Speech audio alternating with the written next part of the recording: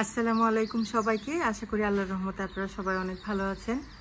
আজকে অনেক দিন পর আমার বসার ঘরের উইন্ডো সিলে যেই গাছগুলো আছে সেগুলোর একটা আপডেট ভিডিও নিয়ে চলে আসলাম। সবসময় আমি এই রুমের আপডেট ভিডিওগুলো রাতের বেলায় করি, কিন্তু আজকে ভাবলাম যে রাতে অত ভালো আলো আসে না, আজকে ভাবলাম যে আজকে দিনের বেলায় একটু করি। খুব সুন্দর আলো আসছে।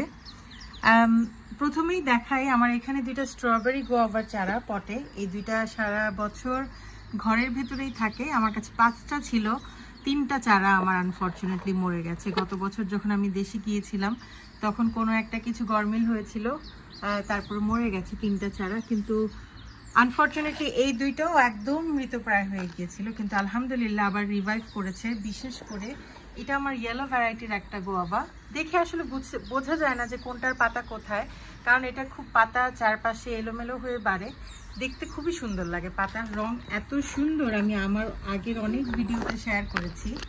স্ট্রবেরি গোয়াভার পাতা খুবই সুন্দর হয় মাশাআল্লাহ।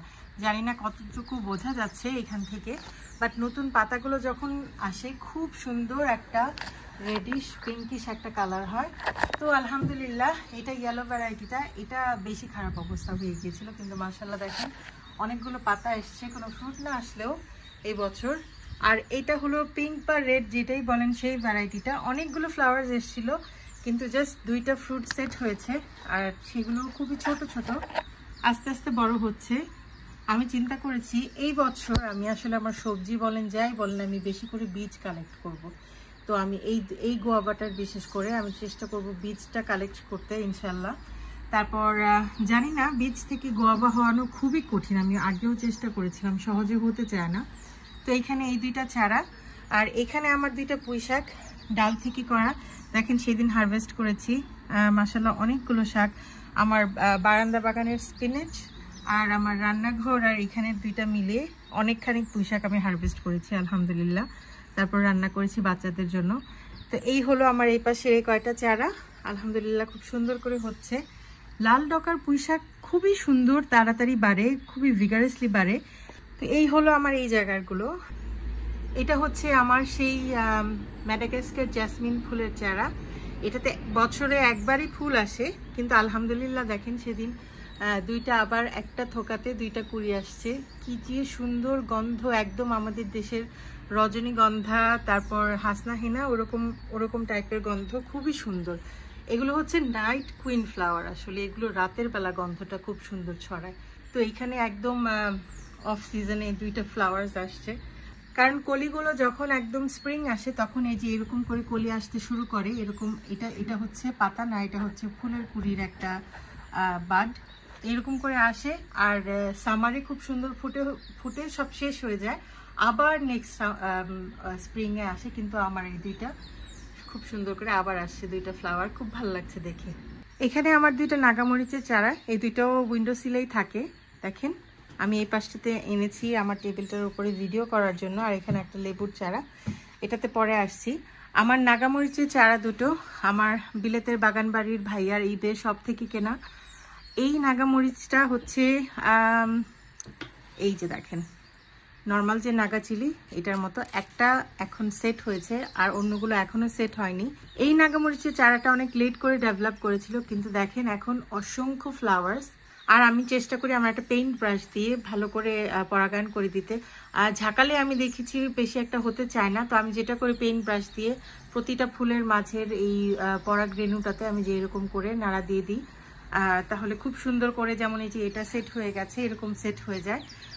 প্রতিদিনই করি আসলে, পানির ব্যবধানে আসলে পানি কম বেশি হওয়ার কারণে ফুল ঝরে যায়, কিছুই করার নেই। আর এই চারাটা এত বড় হয়ে গেছে, এত ভিগারাস হয়ে গেছে, এটা আসলে একটা রুমের উইন্ডো সিলের জন্য মানে বেশি একটা মানানসই না।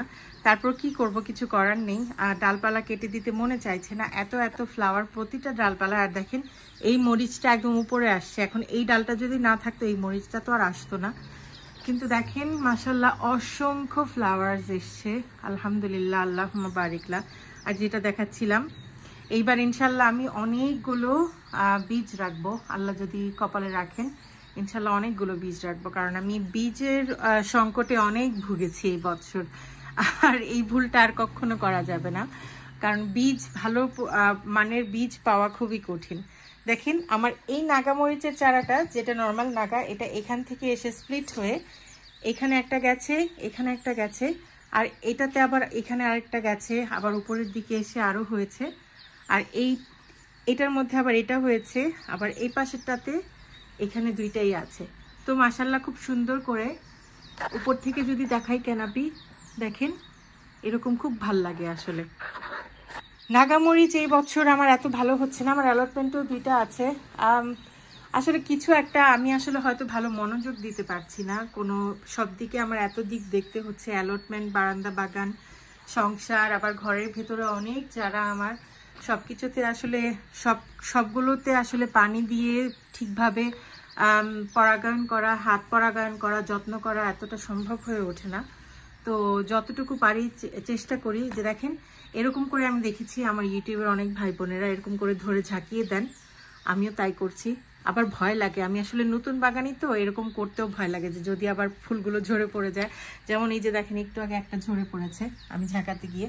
অনেক এরকম আসলে যেগুলো মরে যায় সেগুলো কিছুই করার নেই, ঝরেই পড়বে। এটা আমার একটা লেবুর চারা, একটু ড্রাই হয়ে গেছে, পানি দিতে হবে। এটা আমি আজদা থেকে কিনেছি। এটা একটা লাইম, এই বিদেশি লাইম যেটা, সেটা এটা আসলে পানির এটা কোনো কিছু না, আমি একটু পানির স্প্রে করেছিলাম, সেই স্প্রে ফোটা ফোটাগুলো এখনো রয়ে গেছে।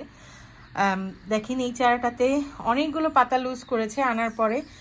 চারাটা এত ভালো ছিল না, কিন্তু আমি আনার পরে রেগুলার ফিড দেই, সিট্রাস ফিড যেটা সেটা। তো মাশাআল্লাহ দেখেন 3টা লেবু টিকে গেছে, আর এটা সবচেয়ে বড়। মাশাআল্লাহ, আল্লাহুম্মা বারিকলা। দেখেন এটা খুব জলদি মনে হচ্ছে বড় হবে। এটা সবচেয়ে বড়, তারপরে এটা মাঝারি, তারপরে এটা হচ্ছে আপনার সবচেয়ে ছোট। এটার সাইজটা হলো আমাদের 50 পেন্সের যে কয়েন ওরকম ওই সাইজের। এই ডালটা এটা নতুন গজিয়েছে, 2-3টা ডালই ছিল, অনেক লিভ লুজ করেছে। দেখেন অনেক লিভস লুজ করেছে, কিন্তু আমি তারপর রিপোর্ট করে দিয়েছি কেনার কিছুদিন পর এই ছোট্ট একটা পটে। আমি চাই না চারাটা বেশি বড় হোক, আমি চাই 2-1টা লেবুই ধরুক। এখানে আমার আরেকটা নাগামরিচের চারা, আসলে এখন দেখি মনে হচ্ছে এটা হয়তো বা এই নাগামরিচটা হচ্ছে আমার কালো নাগা, যেটা সেটা হতে পারে, আর এটা হচ্ছে নর্মালটা। হ্যাঁ সেটাই হবে, কারণ এটার নাগাগুলো সাদা সাদা, দেখেন মানে একটু হালকা টিয়া কালার। যেটা আমরা যখন হলিডেতে গিয়েছিলাম তখন আমার হাজবেন্ড সব অ্যালটমেন্ট, বারান্দা, তারপর আমার ঘরের চারাগুলোতে পানি দিয়েছেন। আর যেটা হয়েছিল, এখানে 2টা চারা রাখা ছিল, আমি টেবিলে রেখে দিয়েছিলাম, যে উইন্ডো সিলে রেখে গেলে যদি বেশি গরমে বেশি নষ্ট হয়ে যায়, আবার পানি বেশি লাগবে, সে কারণে আমি এখানে রেখে গিয়েছিলাম। আসার পর যেটা দেখেছি যে এই চারাটার পটে অনেক বেশি পানি, কিন্তু এই চারাটার পটে বেশি পানি নেই, একদম শুকনা হয়ে গিয়েছিল। তো হয়তোবা ভুলে উনি, আমার হাজবেন্ড, এই চারাটাতে 2বার পানি দিয়ে এটাতে একদমই পানি দেননি। আসার পর আমি যখন পানি দিয়েছি, এই চারাটা অনেক শকের উপরে গেছে। দেখেন এখনো কিছু কিছু পাতা এরকম দেখে হয়তো এটা স্ট্রেস, আসলে এটা কোনো ফার্টিলাইজার বার্ন না, কারণ এটা পানি দেওয়া হয়নি, তারপর স্ট্রেসে চলে গিয়েছিল একদম পানি ছাড়া, কারণ মরিচ ফর্ম হচ্ছিল ওই টাইমটাতে। তারপর আমি যখন এসে পানি দিয়েছি অনেক লিভস লুজ করেছে, চারাটা একদম মলিন হয়ে গিয়েছিল, দেখতে আমার খুবই খারাপ লাগছিল।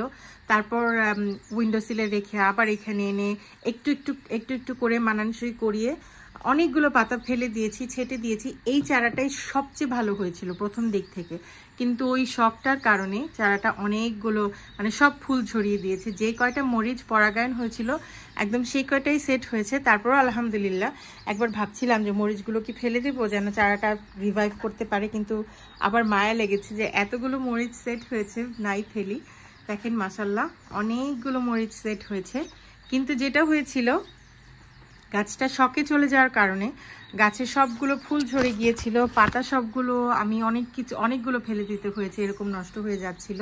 তো সে কারণে গাছে কোনো ফুল ছিল না, আর নতুন কোনো ফুল আসছিলও না। কিন্তু আলহামদুলিল্লাহ দেখেন আবার নতুন করে অনেক ফ্লাওয়ার্স আসছে। দেখেন ছোট ছোট ফ্লাওয়ার বার্ডস, প্রত্যেকটাতে এই যে ছোট ছোট ফ্লাওয়ার বার্ডস আসছে আলহামদুলিল্লাহ।